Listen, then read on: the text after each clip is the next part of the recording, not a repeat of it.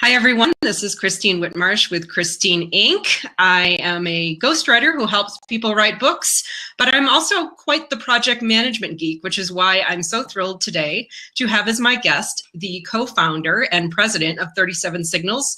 It's now Basecamp. Basecamp is my favorite program in the world, so I'm kind of geeking out right here. Thank you. So welcome, Jason Fried. And do you want me to read your whole TED bio, or do you just want to? Whatever you think is valuable to the audience is up to you. Okay. Well, I'll go ahead and read this. Jason Fried is the co-founder and president of 37 Signals, now Basecamp, a Chicago-based company that builds web-based productivity tools that, in their words, do less than the competition intentionally. 37 Signals, simply put, includes powerful collaboration tools like Basecamp, Highrise, Backpack, Campfire, Todoist, and Writeboard. 37 Signals also developed and open sourced the Ruby on Rails programming framework. Jason is also the co-author of the book Rework, as well as a few other books, I believe. So speaking my author language, welcome, Jason. Thank you. Thanks for having me here. Yeah. So I think I first showed up on your radar when I was, am I like your #1 fan, or at least am I in the top 10 for Basecamp fans? Well, we don't keep track, but thank you for that. One of your people sent me a cute little Basecamp pillow stuffed animal thing, so that was pretty exciting. Those are fun. Yeah, I'm glad you got one. Yeah, we're handing those out occasionally, so you're special if you got one of those. I'm special. I knew I was special. All right. So that's my base start. So how did the idea of Basecamp, or tell me, you know, where your obsession with increasing collaboration and productivity tools started, and what the first iteration of that was for you company-wise? Yeah, so we used to be a web design company, so we were doing website work for hire, and this was back in we started the company in 1999, and then about 2002, 2003, we started getting really busy with client work and becoming more and more popular, and needed a better way to manage all the work that we were doing. We looked around at tools that existed, couldn't find anything that we liked, so we ended up building our own. And that tool became Basecamp, but initially we just built it for ourselves, using it internally. And then we started using it with some clients, and they said, what is this thing? And we said, it's this Basecamp thing. And, or actually, we didn't say Basecamp, we didn't have a name for it. It's just like this thing we made. And they said, well, we have projects too, can we use it? And we said, well, not really, it's just this thing we made for ourselves. But eventually, you know, the sort of light bulb goes off, and you're like, okay, there's something here. Or light bulb goes on, I guess, technically. There's something here, there's a product here. So we turned it into a product in 2004 and launched it in February 2004. And didn't know what was gonna happen. Turned out it became very successful very quickly. And about a year later, it was generating more money for us than our consulting website design business. So we stopped doing website design and have been doing software ever since, and primarily focused on Basecamp. Awesome. That is so cool. Now, is there a majority type of client or demographic or business that uses Basecamp the most?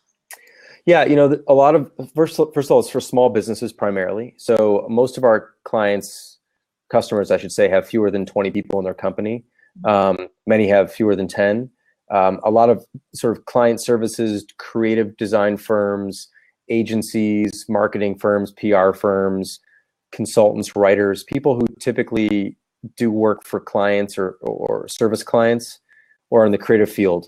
That's the primary audience, but our audience has grown, our customer base has grown so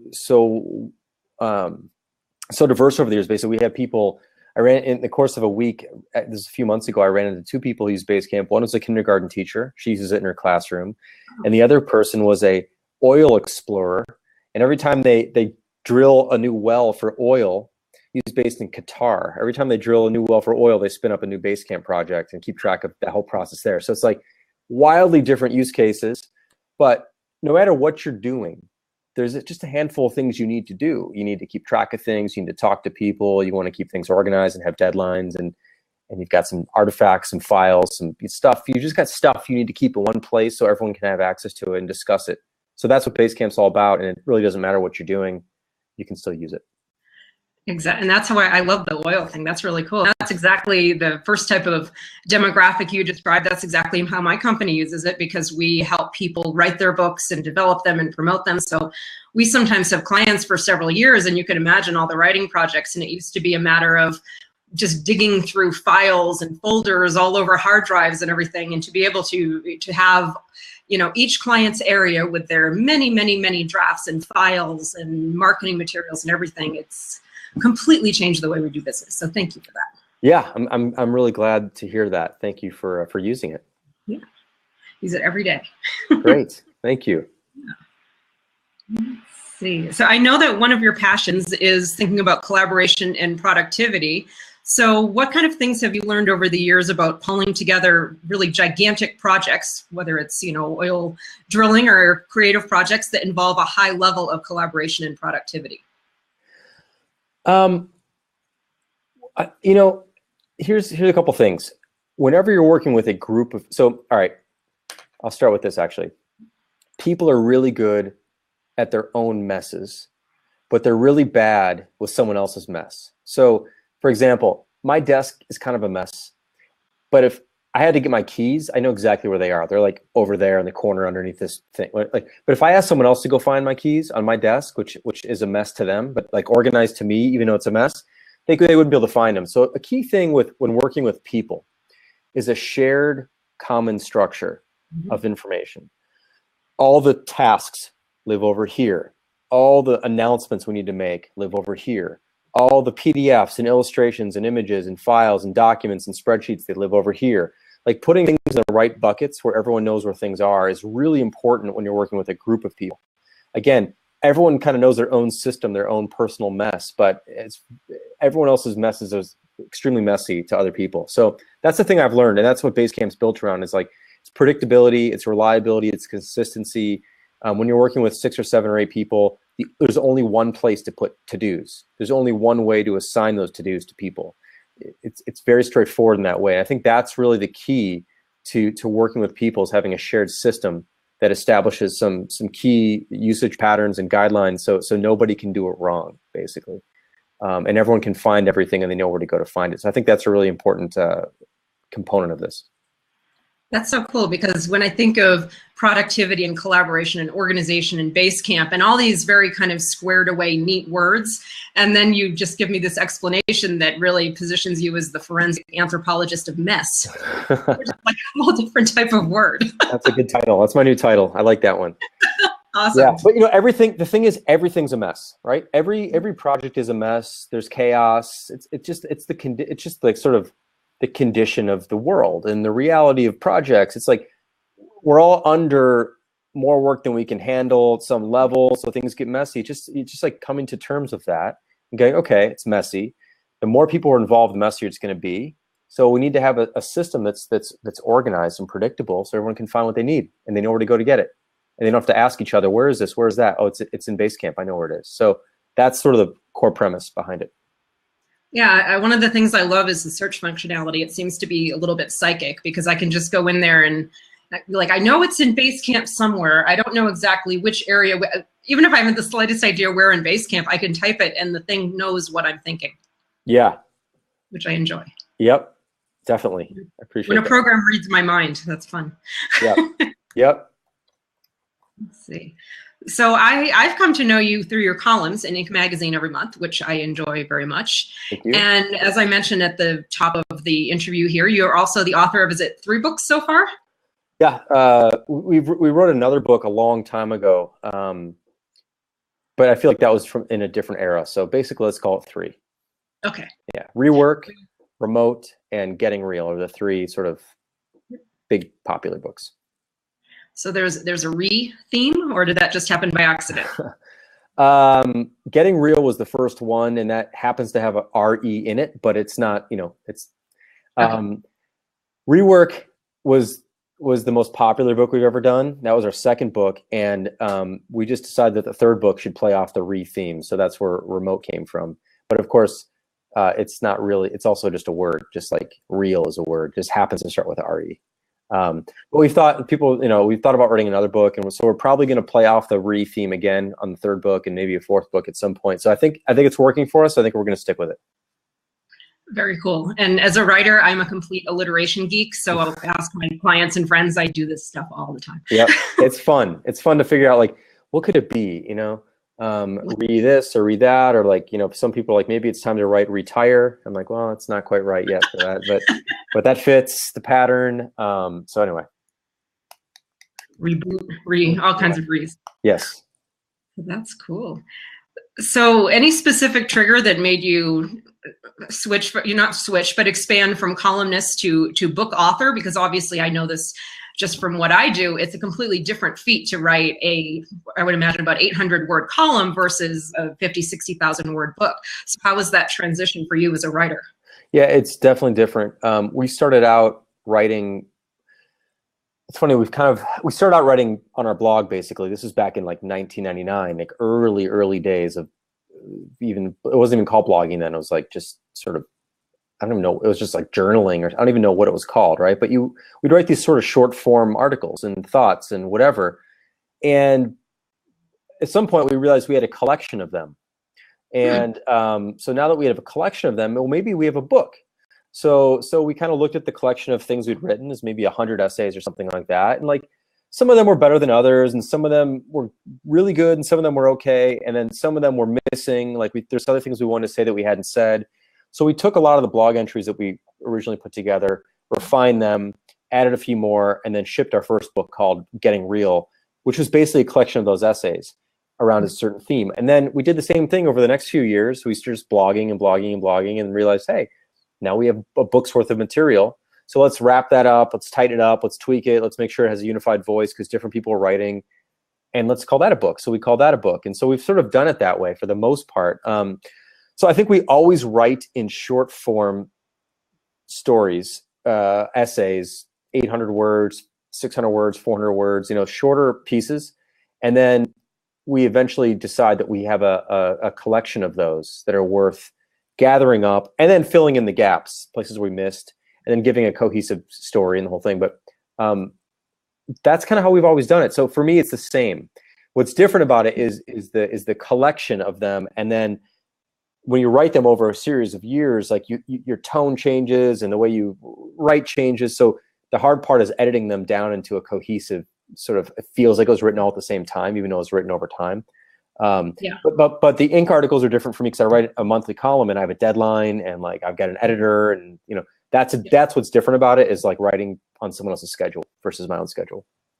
Absolutely. That's the story of my life, writing on. And so that's our primary focus. We're thinking about, maybe writing another book again at some point.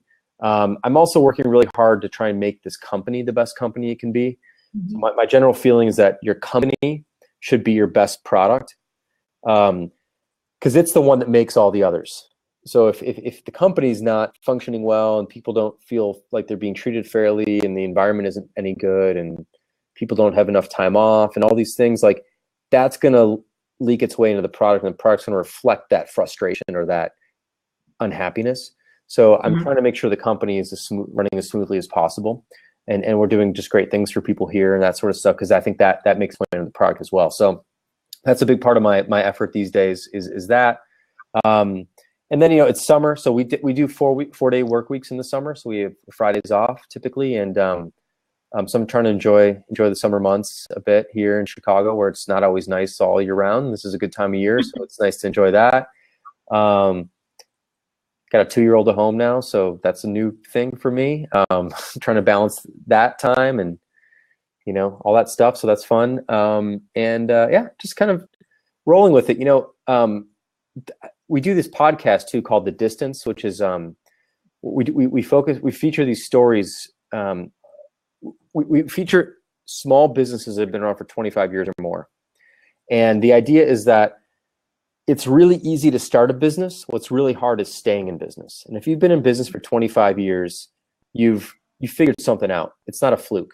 Can't be a fluke if you've been in business that long. So we do these interviews pieces on these businesses that have been around for 25 years. And one of the ones we did recently, by the way, it's at thedistance.com, was on a knife sharpener here in Chicago, knife sharpening business. And he said something great in the interview, which is like, we're not trying to grow too fast. I don't even think about growth. I just want us to do as well or slightly better than we did last year. And as long as we keep doing that, we're good.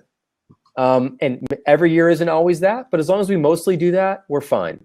I'm not trying to double. I don't want to move into a huge new space.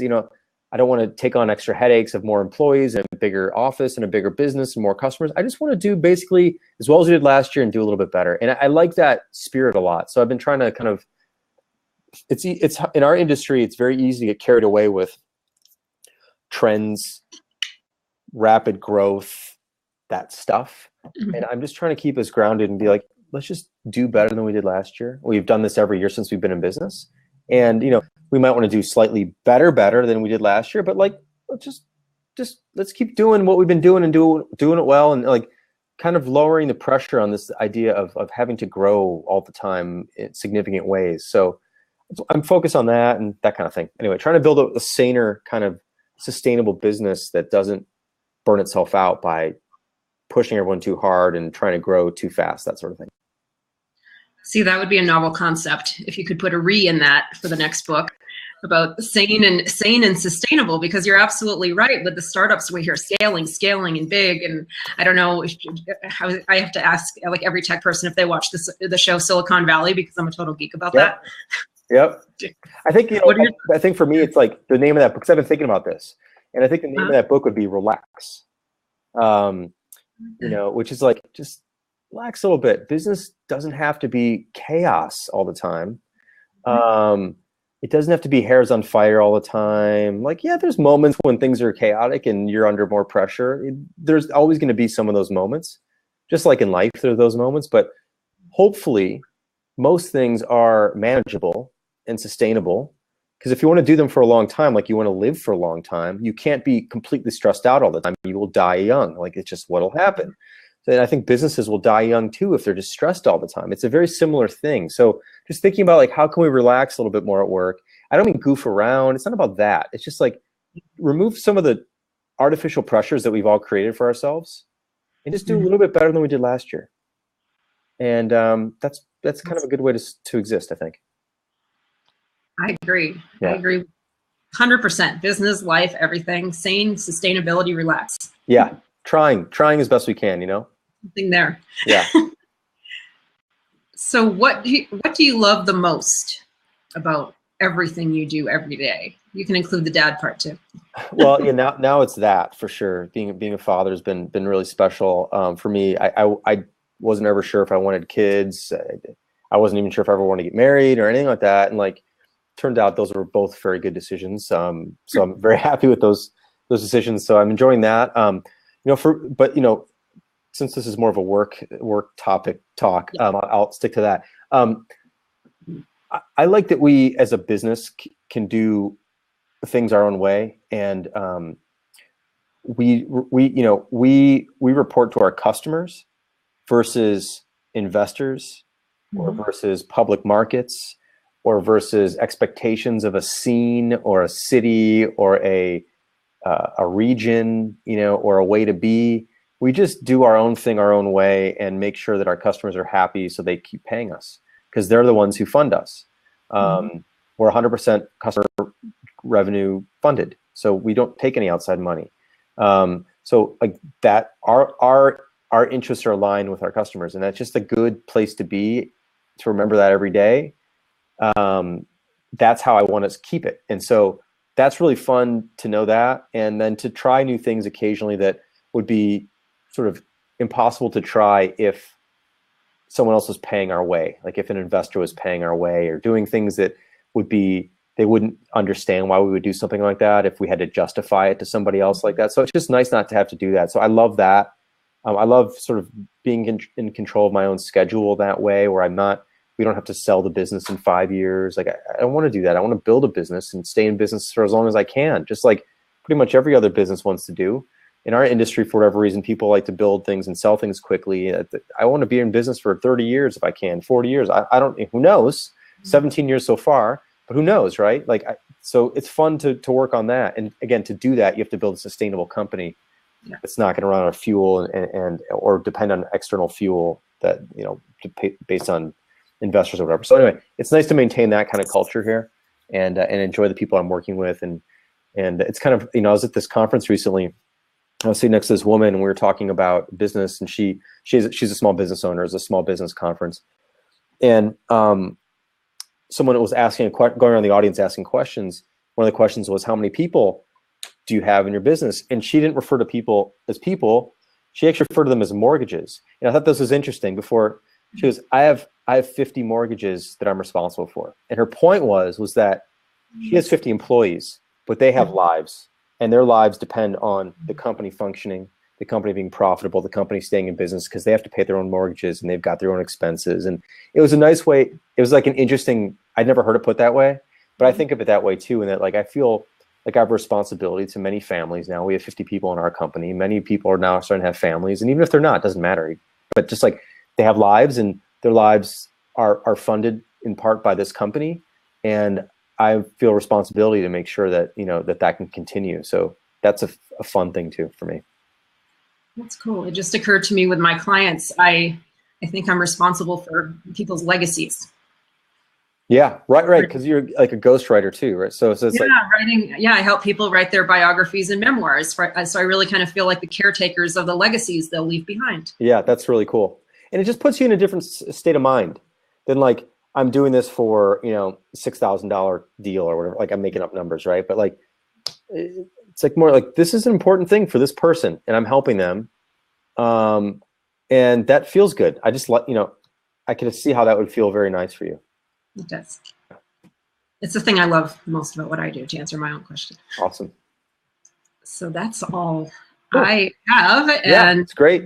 Any questions? Put them over there. Someone was jumping in earlier. Yeah. And saying organized chaos. See, now that you're the forensic anthropologist of messiness. Well, yeah, thanks for that. We think of ourselves that way, like organizing people's chaos, because it is chaos. Mm-hmm. It is chaos. Every office you walk into, every business, every project, very few things are smooth. There's always something going on, and so that's a little bit off. And so it's great to be able to help people with that. And we're not saying we don't eliminate chaos. Mm-hmm. We just help organize it and hopefully help reduce the feeling of being out of control of things that are going on, and then I think that's the best we can do. And it's awesome, and you do great at it. Well, thanks, Christine. Yeah, thank you, Jason. Yep. You being here. Appreciate it. And I'm going to go ahead and shut this off, but we'll see everybody on Twitter. Yeah, very good. Thanks all.